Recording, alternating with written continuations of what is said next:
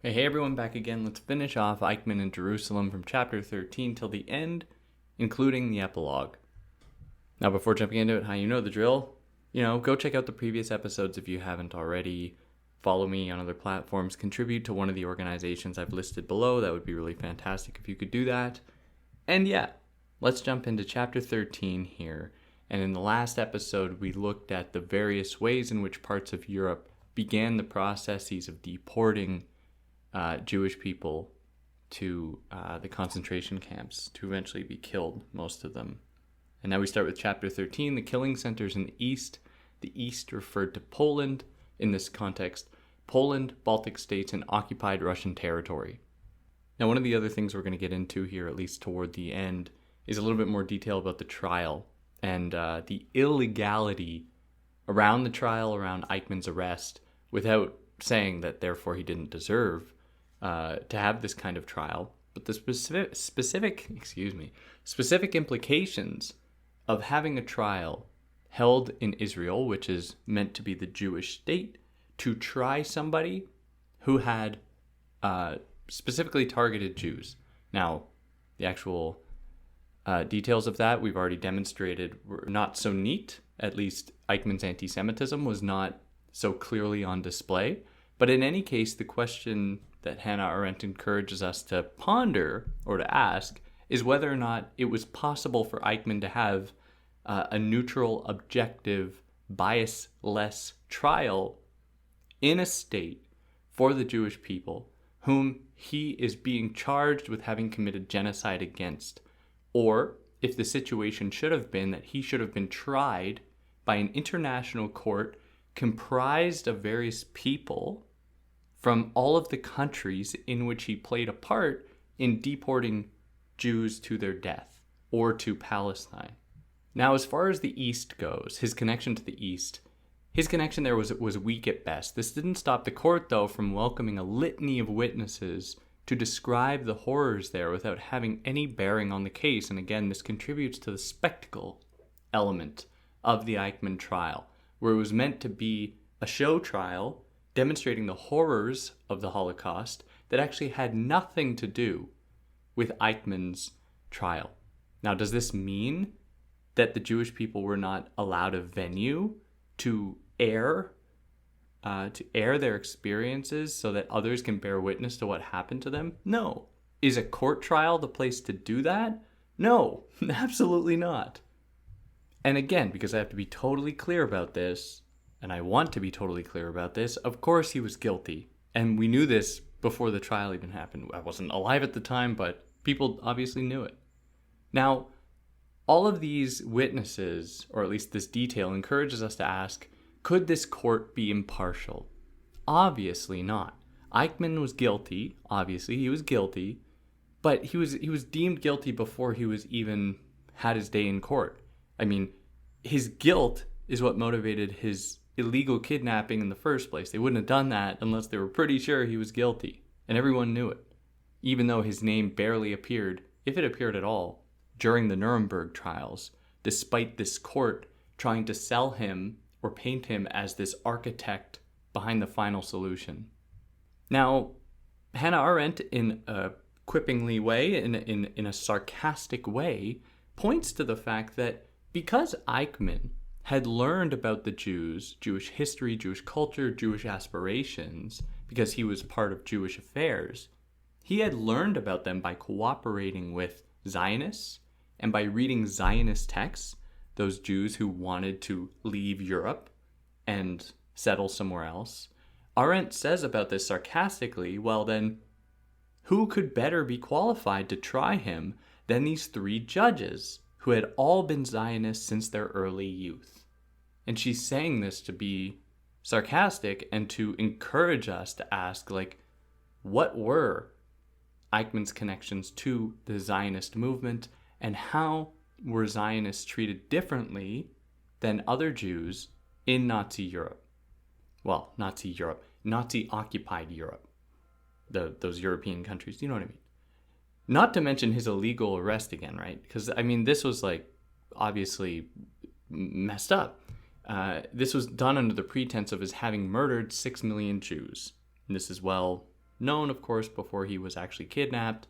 And as this was outlined, like, for example, Prime Minister Ben Gurion had actually wrote a letter to the Argentinian president to be like, yeah, you can't retaliate against us, or you can't recall Eichmann back because of the horrors that he inflicted against the Jewish people.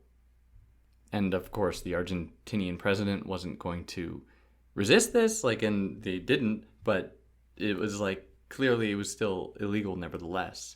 And the point here, and it connects to the effort by the court to frame the Holocaust as being singly targeted against Jewish people, while erasing the way that it had gone after, or it had killed Roma people, disabled people, and so on, Poles, and so on, to make it all about Jewish people. And it's not as though they weren't the primary victim here. Of course that was the case.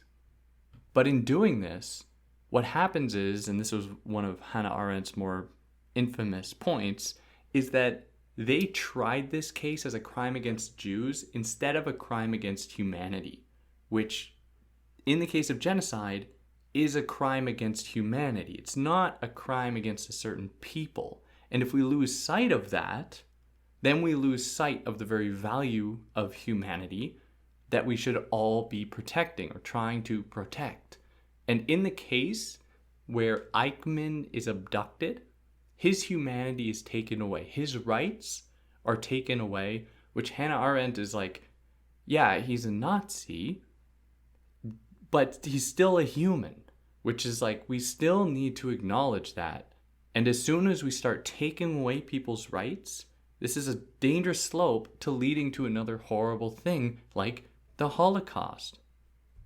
Or in her writings in The Origin of Totalitarianism, when she considers the hypocrisy and the irony of Jews having come out of the Holocaust and immediately doing committing atrocities against the Palestinian people by displacing, as soon as they got there, upwards of 1 million people would lose their homes and were thrown into refugee camps. And they had no power over this. And she's like, well, yeah, because Jewish people were branding themselves as being the sole victim of the Holocaust, and therefore it's they should have carte blanche. They should be able to do whatever they want in order to actually make amends with the world, which, whether or not that's the case, definitely a conversation to be had about the need of a Jewish state, given millennia of prosecution and persecution and violence. But at the expense of Palestinians? No, absolutely not. So what exactly were they trying to charge him with? They were trying to charge him with mass slaughter at, excuse my pronunciation, Einsatzgruppen, but his job was here just to receive reports on the killers, which he then had to summarize for his superiors. So people who were actually going to be doing the act of killing. He was indeed aware of he knew what was going on.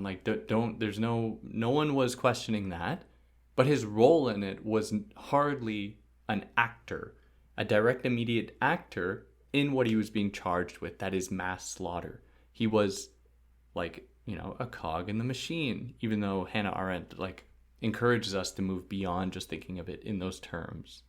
He was also being charged with deporting Polish Jews to the killing centers. And this wasn't his job, though. It was orchestrated by police and higher SS officials. Before this trial, no one would have attributed it to him at all, hence why he didn't really come up in the Nuremberg trials at all. If he was this, single architect of all of the killings of people in the East, of Jewish people in the East, why was he not the central figure at Nuremberg? And, another thing was that in Nuremberg, there were people who were dead Nazis who were tried in absentia. They weren't there, but they were still being tried. That didn't happen with Eichmann. And if he was this ultimate evil architect, he would have been tried at Nuremberg, but he wasn't. So, why all of this? Unless he was a good figure to pin all of this on for the Israeli court to justify Israel's existence and to consecrate within history the Holocaust, violence against the Jews, which is absolutely necessary, needs to be taught in every school on the planet, I think. But this trial was not the place to do that, I don't think. Now, also, of course, in the case of Polish Jews being sent to the killing centers, Himmler and Hans Frank, were really the ones responsible, were the real architects here. And also, they were trying to make him culpable or liable for the extermination camps themselves. Now, he obviously knew he was sending people to their deaths, but he did not choose who. Okay, he didn't choose who, so what? Whatever. He's still culpable. But not for murder. It was the physicians at the camps who decided, and the Jewish council who decided who would be sent, and the police who rounded them up. So the physicians would decide who would actually be fit for work, and who would actually be fit for sending to any specific kind of labor versus those who would be sent to the death camps. And the Jewish Council was also responsible for actually helping the Nazis round up Jews, to convince Jews to get onto trains, to organize them. This is why she says that if it wasn't for their help, it's hard to imagine that as many Jews would have died. Also selling them the idea of them being sent to Palestine and forcing many Jews who did not want to leave, who saw their home in Hungary, in Germany, in Poland, because that's their home, and who actually didn't want to participate in the Zionist project, how they were treated differently than Jews who were willing to go to Palestine, willing to leave their homes. Well, willing. No. Oh, and I have to mention, because someone sent me a really great message, and I should have put this earlier, and I think they're totally right. I'm guilty of homogenizing European anti-Semitism and suggesting that as though everybody within Europe was anti-Semitic. When I got a comment from somebody, and I think that it's very important to highlight that is definitely not the case. Anti-Semitism was a huge issue, but there were many, many people working against the Nazis, fighting the Nazis, helping save Jews, keeping them safe, hiding them in their basements, sending them to their cottages away from the city, away from the Nazis. And I really want to highlight that, because it's not as though everybody was just culpable in this. And if I gave you that sense, I'm sorry if I wasn't clear. Now, as far as what they were trying to charge him with, being a mass murderer, the irony is that he was a mass murderer who never actually killed anyone, which is it's difficult. And Hannah Arendt is clear that this is, the court was doing something that was fundamentally new, dealing with genocide. We didn't know how to deal with that in a courtroom setting. So they were trying to figure out what to do along the way. They were building the plane as they were flying it. So of course, there has to be some amount of leniency given to them here, but we can't ignore the other driving factors, the other incentives behind this trial, behind the spectacle, behind the illegal kidnapping or abduction of Eichmann, his treatment at the trial, and so on. The lack of support given to the defense so that they could have highlighted that the specific charges laid against him were largely unfounded. Another thing that he was being charged with was the choice to exterminate all the Jews and not just those in the East, because the court had to make it seem as though Eichmann was this ultimate monstrous anti-Semite who just wanted to kill every single Jew, which I think as we made totally clear, he did not. He was not an anti-Semite in the way that they set it out to seem. It was a lot more complicated than that. He had strong associations with Zionist Jews in that they shared nationalist aspirations, so that automatically flies in the face of his just being an anti-Semite, especially because right now we see in the United States any effort to criticize Israel as being, or pass legislation to make any effort to criticize Israel as anti-Semitism. So in that case, because he supported the Zionists, does that mean he was not an anti-Semite according to these terms? And that's one of the real dangers of this conflation of anti-Semitism and anti-Zionism, is that it makes us lose sight of the many ways that anti-Semitism is indeed on the rise today, and it just covers over all of it in favor of this one idea about what anti-Semitism is, and reducing people's relationships to the divine, their religion, to a state, and filtering it through a state, and treating it as though, like in the case of the US, saying things that, like, without Israel, Jews wouldn't be safe. Like, if that is true, then we have so much work to do, and we should be focusing on that, not proffering up this single safe haven, because there are so many Jews who are anti-Zionist or who just never want to go and live in Israel. So just, increasing Israel's defenses and its military might is going to do nothing to save all of those other Jews. And if we just treat Israel as the one solution and we can, wipe our hands of it, that's it, figured it out, we are going to have so much more difficulty protecting our Jews that live in the US, or like where I'm from in Canada, who see these places as their homes, who have rich cultural histories there and need to be protected in their wanting to live there, not in their needing Israel to go and run to if things go sour for them, which they should never.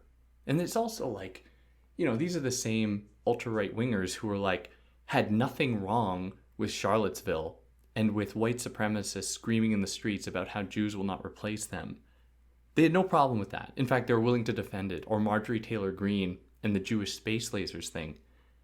And like, it's just super interesting because we were the ones to criticize that, to be horrified by that, to identify the rise in anti-Semitism. But now when we criticize Israel for murdering 35,000 Palestinians, then we are the anti-Semitic ones?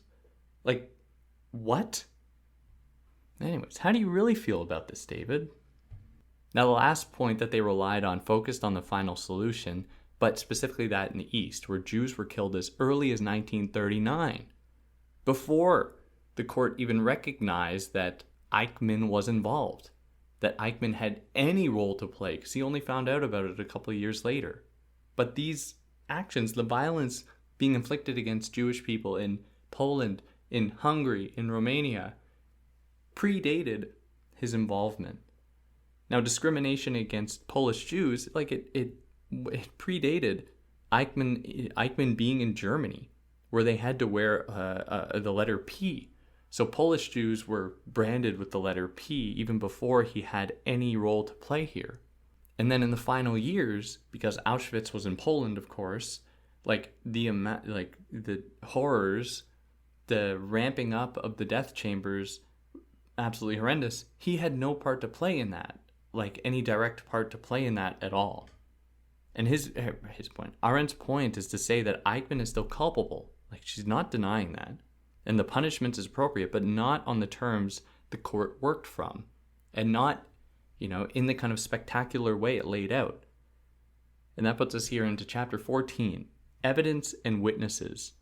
Now, in the Jerusalem court, Hannah Arendt writes that defense witnesses could not be heard, and those of the prosecution could not be cross-examined.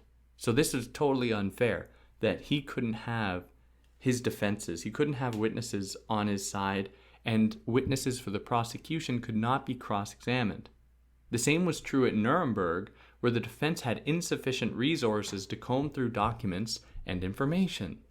Now, at the time of writing this, this had the effect of limiting public knowledge of the Nazi regime to those bits of info used for the purpose of prosecution. Because, think of the time. It was in a few years, 20 years or so after, less than 20 years, after the Holocaust, after World War II. People don't have phones or the internet to learn about this stuff. Chances are they'd learn about it in school. Chances are that knowledge would be limited. And so this was an opportunity to really, in a spectacular way, with cameras, with news reports, to tell the tale of the Holocaust for the world. And this had the effect of presenting a one-sided view of what had actually occurred, which isn't to say as though the Nazis had anything worth defending about them. That's not the point at all. But it did help erase the actual complicity of Zionist Jews during the Holocaust, or the various ways that racialized Jews or Eastern Jews were treated very differently than Western European Jews. And it also just erased the actual like horrors and the specific people responsible in the specific ways that they achieved their goal here. They didn't exterminate the 11 million Jews that they wanted, but still, like, they succeeded at committing one of the most unbelievable horrors of all time. And it is so important for everyone to know exactly how this works, not just the specific details and the trauma dumping that went on at this court trial. Because, and there are venues to do that. That is extremely important to maintain cultural and social memory about violence inflicted, but not in this setting. Now, Eichmann took to the stand for almost a month, and there was almost 2 months dedicated to just witnesses, that most of which had no bearing on the case at all, in Eichmann's role or anything, just describing how horrible the Holocaust was. Now, the witnesses had largely been Israelis who had been in at least one of the countries the Nazis had infiltrated, had occupied. 53 came from Poland and Lithuania, where Eichmann had little or no influence. 8 were from Germany, who'd escaped before the war started. 5 were from Prague. 1 from Austria, 1 from France, 1 from Holland, Denmark, Norway, Italy, Greece, and Russia. 1 from each of those places. 2 from Yugoslavia, 3 from both Romania and Slovakia, and 13 from Hungary. And the court knew these witnesses' testimonies were irrelevant, but instead served, in their words, as just supplement or background information to quote-unquote paint a picture about what had actually happened. Now, the last witness was named, the pronunciation, Aharon Hotter Ayishai, and he was part of the Jewish Brigade in Palestine during British occupation. Now, what? Was he even in Europe? Why was he relevant? He was part of a task force to locate surviving Jews in Europe, to organize them for, in her words, illegal immigration into Palestine. So what? In this case, Hannah Arendt doesn't really know his relevance to the trial, but they used the Jews here and their desperation, at least this is what came out of this, to give them one option. And in her words, this was their one option: the road to what was then Palestine and was soon to become Israel. Let me say that again. In Hannah Arendt's words, the road to what was then Palestine and was soon to become Israel. So you see why maybe Hannah Arendt why she got so much hatred for this? Why she received so many death threats for this? I mean, saying something similar today would get you a similar fate. Now, to conclude this chapter and thinking about the witnesses, Arendt remarks on the only witness testimony to highlight German efforts to save Jews. Specifically, it recalled Anton Schmidt of the German army, who saved thousands or hundreds. I think it went into the thousands of Jews. Now, I don't really know what her point is about this, like to say well, there were Germans who were trying to do good things. Yeah, we know that. Or I don't know what the relevance of that would have been, other than to say that although resistance didn't translate to a change of mind among the SS, it is a sign for her of a kind of unkillable humanity, even within the worst place on earth at the time for Jews, as part of the most oppressive regime. How there were these glimmers of humanity there that I think she wants to highlight, to show, to give people a roadmap on how to act when confronted with a similar situation, to not participate in it. And, thinking about today and what's happening, what Israel is doing to Palestine, I think we are confronting something very similar, given the amount of time that's happened in 7 months and have 35,000 at least murdered people. Israel is about to embark on their invasion of Rafah. And it's horrifying. It's absolutely horrifying. And I think that we need to adopt her view here, that we have to oppose this.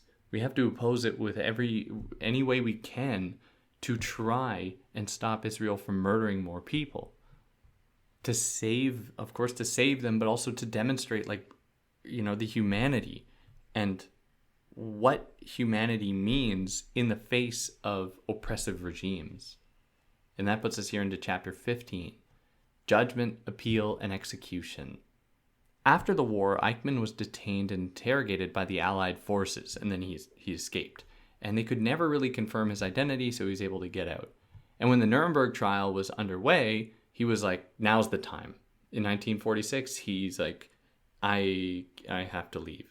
And he got help from the Catholic Church, and it was only with the help of the Catholic Church that he was able to leave. Which, shouldn't they be on trial for this? I mean, they're helping a war criminal who committed genocide. And he fled to Argentina and assumed a pseudonym. Now, I'm not totally sure why Arendt is including this detail, but I think it's important to know nevertheless, but in this context, I'm not entirely sure. But she's curious why it took the Israelis about 13, 14 years to find Eichmann in 1959. They wouldn't arrest him till a couple years later, but why it took them till 1959, because he wasn't very secretive. He repeatedly boasted of his role and was among other Nazis in Argentina. In fact, Eichmann knew full well he was actually being shadowed, and this is another part of this that is kind of haunting. Eichmann knew full well that he was being surveyed and shadowed, and followed for months before his capture, but chose not to flee again, and he was essentially fine with the trial.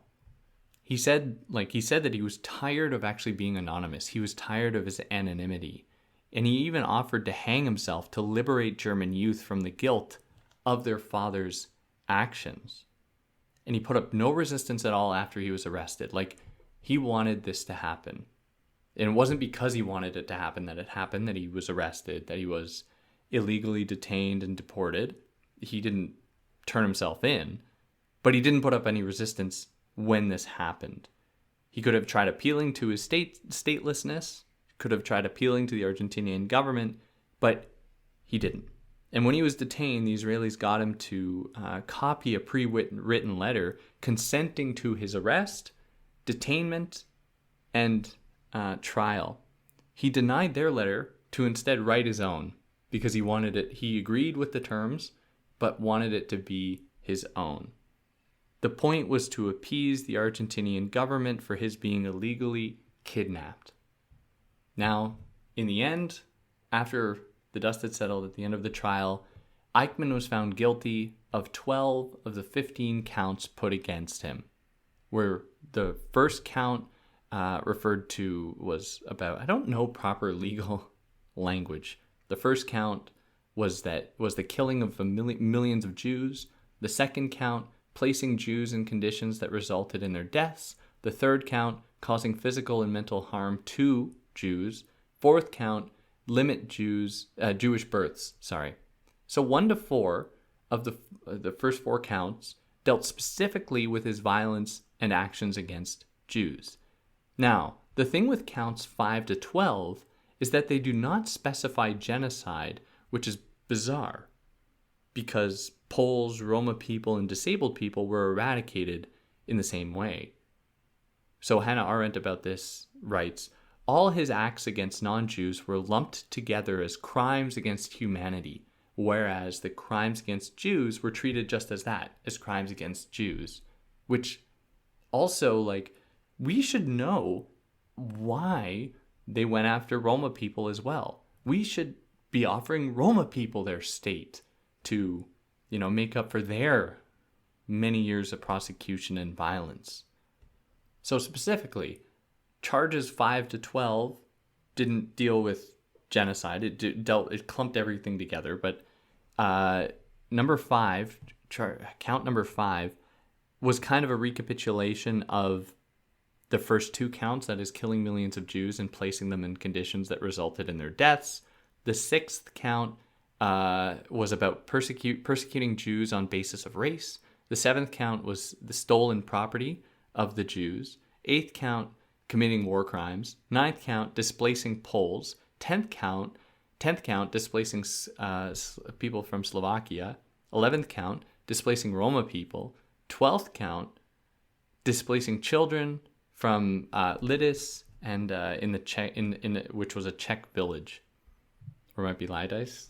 I'm not sure how to pronounce it.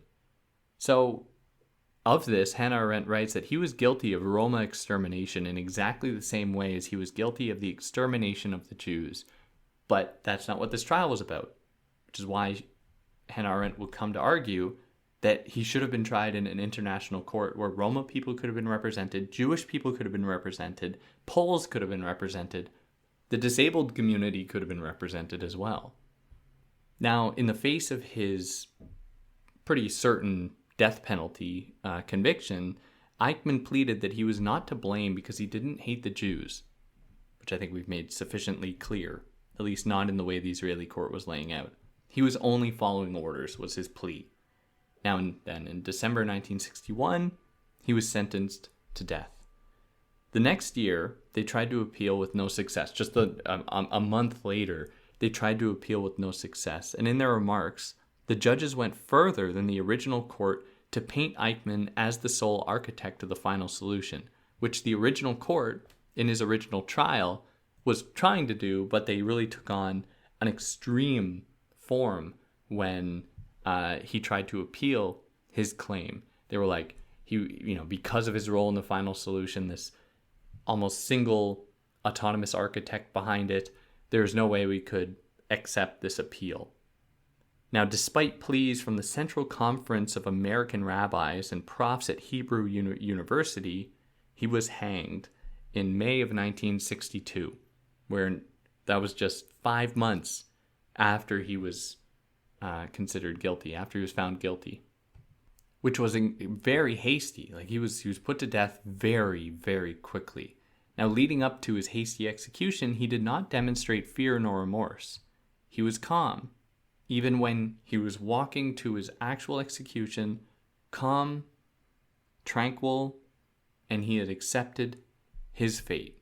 Now, it is on this note that Hannah Arendt offers us the final lines of her book, where she writes that it was as though in those last minutes of Eichmann's life, he was summing up the lesson that this long course in human wickedness had taught us, the lesson of the fearsome, word and thought-defying banality of evil, where he didn't go out with a bang, per se, or with any fuss.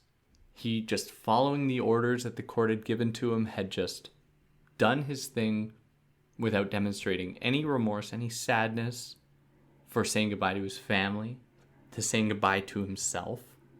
And so I think that Hannah Arendt is inviting us to think about just how pernicious the banality of evil is, and just how easy it is, and even likely it is, for anyone to become an Eichmann, to be a person that is willing to stand by or to just be a cog in a genocidal machine without any thought in the world, without any care in the world, just following orders, just doing things as they're expected of them. And they might even be doing it to attain some personal end, to attain power, maybe to obtain land. But yeah, and that puts us here just into the epilogue. We're during it where she reflects much on the trial after having written it. And during and after the trial, there were 3 common criticisms of the trial. The 3 common criticisms were, number 1, Eichmann was tried under a retroactive law and appeared in the court of the victors. The retroactive law being not having a word or way to understand genocide that was being applied retroactively to what he had done, which, at the same time, you got to lend the court a little bit of credit or leniency because they were trying to fly the plane as they were building it. But it's important to consider nevertheless, especially in the way that genocide was sold in this court as being specifically against Jews instead of being a crime against humanity. The other part of that is that he was tried in the court of the victors instead of an international court, which would have made more quote-unquote objective sense. And the second criticism was that his abduction was illegal. Fair enough. The third criticism, that his being charged with crimes against Jews made the Jerusalem court too biased, and he should have had an international trial instead. Now, the court's response to the first one, that is, that Eichmann was tried under a retroactive law, it focused on the singularity of the crimes, that is, the uniqueness of the crimes within human history, and the need for new laws, which makes sense to me, but I'm not a lawyer. I don't know if this is actually a big problem within the legal world, but in any case, I mean, I don't know. It sounds right to me, but I don't know anything about it. But the issue that Arendt highlights here is that by framing it as crimes against Jews instead of crimes against humanity, in the case of genocide, the court was setting up essentially a global precedent not to hold people who had committed crimes against humanity accountable. So Arendt asks, she's like, why weren't the Russians, the Americans, or British charged with crimes against humanity? The obvious answer was that the international military tribunals, in her words, were international in name only, and that they were in fact the courts of the victors. You need only look at Dresden, where civilians were firebombed to death by the British forces, I believe, or the U.S. dropping nuclear weapons on Hiroshima and Nagasaki. Where was the Japanese court that, is holding those people accountable for murdering hundreds of thousands of Japanese civilians in their cities and their homes, being eradicated to nothing? Like, where is the universal standard here? Because, as soon as courts start being specific, especially international ones, start picking and choosing and not holding every country, every person who commits war crimes, who commits genocide as crimes against humanity accountable, then we have to ask whose interests are actually reflected in these courts. Now, and I mentioned earlier, which he brings up, is like, why wasn't he tried at Nuremberg? Martin Bormann was tried, even though he wasn't there. He was tried in absentia. But, given that he was apparently one of the architects behind the final solution, you'd think that his name would even come up, which it didn't, or was very rarely or sparsely invoked. But this extends way beyond war as well. Hannah Arendt, she asks us, she's like, well, imagine different circumstance in a different country. So the Israelis kidnapped Eichmann out of Argentina to bring him back to Israel for the crimes he inflicted against Jews. Imagine, for example, and this is Arendt's example, imagine if a leader, or if someone from the Congo or Ghana or the Ivory Coast sent some special agents into the Deep South in the U.S. to abduct segregationist leaders for the crimes that they've inflicted against black people and brought them to back to Ghana, back to the Ivory Coast, back to wherever, and help, so that they would be forced to stand trial there. We're just being objective and neutral and rational here. We're being equal on all sides. That should technically be okay then, because enslavement was a crime against black people, specifically black people of Western Africa, and all their children who would be born into enslavement, which was like absolutely horrendous. But we don't see that conversation go on, because if the U.S. is prepared to justify the Israeli court and its treatment of Eichmann, then why doesn't the same apply to Western African nations holding segregationist leaders or slave owners, holding them accountable for their violence, which they should be held accountable, or they should have been, right? We're just being rational and objective here. And these courts could then say, well, Israel set the precedent. You can go into another country and kidnap someone who has committed crimes against your people. So the Israeli court was it was insufficient. It was ill-equipped. It was not appropriate to adjudicate charges of genocide, because genocide is an attack on people as humans, in their humanity, not in their identity. Israeli court conflated expulsion and discrimination with genocide, where the former terms account for specific identities to be expulsed. Like, these people were specifically expulsed for who they were. Now, the same obviously happened in the case of the Jews, but it wasn't just them. And there were many different, Jews who were being sided with. Jews who were, the Nazis were actually cooperating with, which flies in the face of that simple explanation.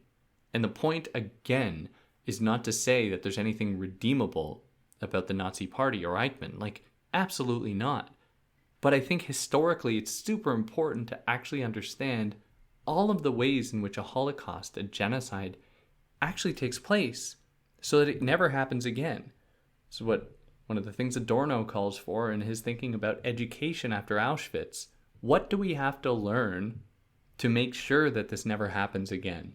To make sure that 15,000 children aren't bombed to death in 7 months, for example.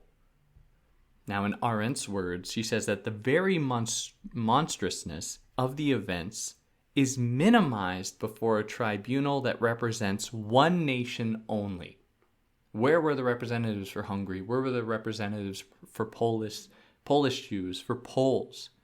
Where were these people?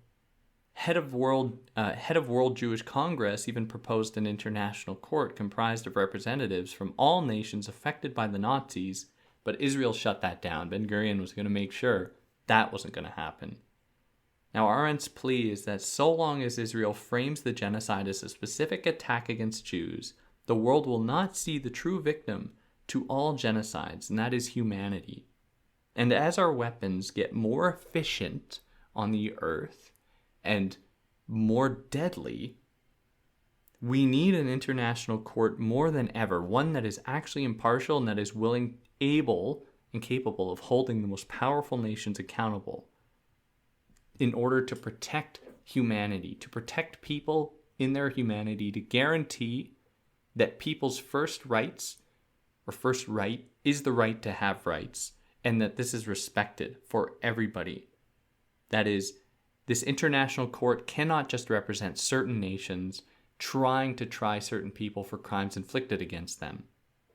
At least not in these terms. Now, the failure of the Jerusalem court can be explained with attention to 3 fundamental issues. The first is the impaired justice of victors.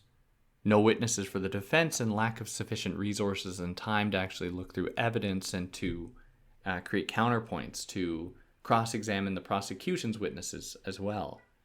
Secondly, there was no valid definition of crimes against humanity. The eradication of Jews, Poles, Roma people, disabled people was more than any of their specific horrendous experiences on their own, like each one of them individually. What had happened was so much worse than that.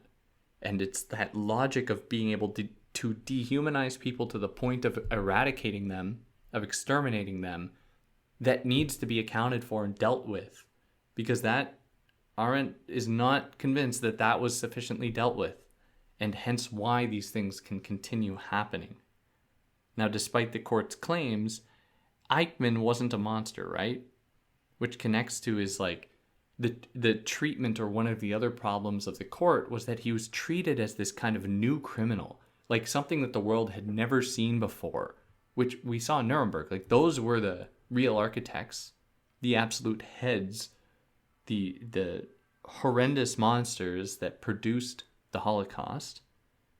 But Eichmann was treated in a very specific kind of new way in this trial, where his monstrousness was highlighted, where his being this ultimate anti-Semitic, violent creature that crawled out of the pits of hell is the person on trial, when that is not the case at all. In fact, the real horror was that he wasn't those things, and yet was still able to participate in the eradication of the Jewish people, or the effort to eradicate all of them, and Roma people, and Poles, and disabled people.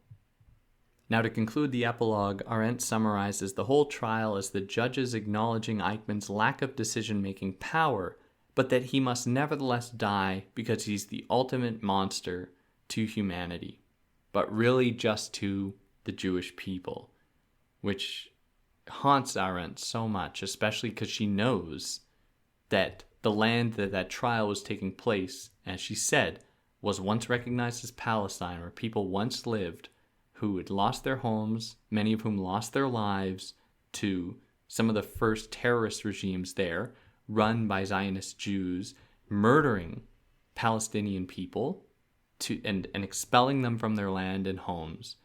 And she's like, look at what is happening now. Look at how, without us actually holding the right ideological frameworks accountable, that is, ideological frameworks that reduce people to being less than human, look at how these people who claim and who were indeed victim to that very treatment are able to then do it against others. And just finally with the postscript, in which she lays out some things about like using certain translations. She relied primarily on English translations. She thinks the German transcripts and translations weren't that great, but she relies on the English one. She's like, I think that they were good enough in her actually dealing with the trial, and I think they were. I haven't seen anything about her mistranslating things, or there was a mistranslation that she consulted. She also wants to clarify that her focus here, despite because she got so much hatred, was that she had no interest in blaming Jews for the Holocaust, but just those Jews who actually participated, who actually aided the Nazis, especially in the early years, in sending Jews from their communities to concentration camps with the hope that they will eventually be settled in Palestine to, in her words, transform it into Israel. And she leaves some things open because she doesn't want to offer like solutions to these problems that she identifies. Like, how should someone be held accountable who's just following orders, especially in a military context? Should he have been tried in the Jewish state or in an international court? Should he have had a defense at all? Because the whole court knew that he was already guilty. Nobody was expecting that he was going to be left off the hook. That never would have happened in a million years. So what was it for anyways? And she also points to how the Israeli court was suspiciously lenient towards Israeli soldiers who massacred Palestinians in just a few years earlier in the Palestinian villages, which keeps happening. It happens almost every single day, even before October 7th, where Palestinians are either arrested or murdered in the West Bank or Gaza. The West Bank, where there's no Hamas, or no Hamas in political leadership, I should say. I said that, and someone's like, there is a Hamas there. Like, okay, well, yeah, but not in political leadership. Does this justify Israel's being able to send their armored cars and big machine guns and harass people on the street, arrest kids, which they arrest hundreds of kids every single year? But in Israel, they're prisoners, right? When they hold them there, they're prisoners. And so the international community is like, oh yeah, that's legit. Even though they're even though they arrest children, many of whom will never see a trial, many of whom might never see their parents again. And imagine that. I mean, just imagine your own child. You're sleeping at home one night. The Israeli forces break down your door, take your child, and throw them in an Israeli cell, and you have no idea where they are, and you have no idea if you'll see them again. And would that bother you? I think it probably would. And of course, the West Bank is filled with Israeli checkpoints and a wall. And for all those people who are like, oh, well, Hamas's attack was absolutely unprovoked. They absolutely were unjustified in what they did, which I'm absolutely willing to condemn Hamas, because absolutely the death of humans is horrendous. Absolutely horrendous. But I think that we should actually be able to contextualize this and understand it historically instead of pretending as though history just began on October 7th, where one day people just woke up and were like, let us inflict violence against the Israelis, or in the way that it's branded, violence against the Jews. And, let's just see. Let's try this checkpoint thing in Texas. Let's see how cool the Texans will be with that. Because clearly, if any of them are willing to justify Israel's onslaught against Palestinians, then they'd be willing to live under the conditions that Palestinians have been living in for 75 years and not be able to put up a fuss about it, while also being gaslit and told that their suffering isn't real and that they actually deserve it. I would love that to be tried somewhere in Texas. That would be, we could just see it unfold. I don't actually want this to happen in Texas because I don't want anyone to live through this. It's really as simple as that.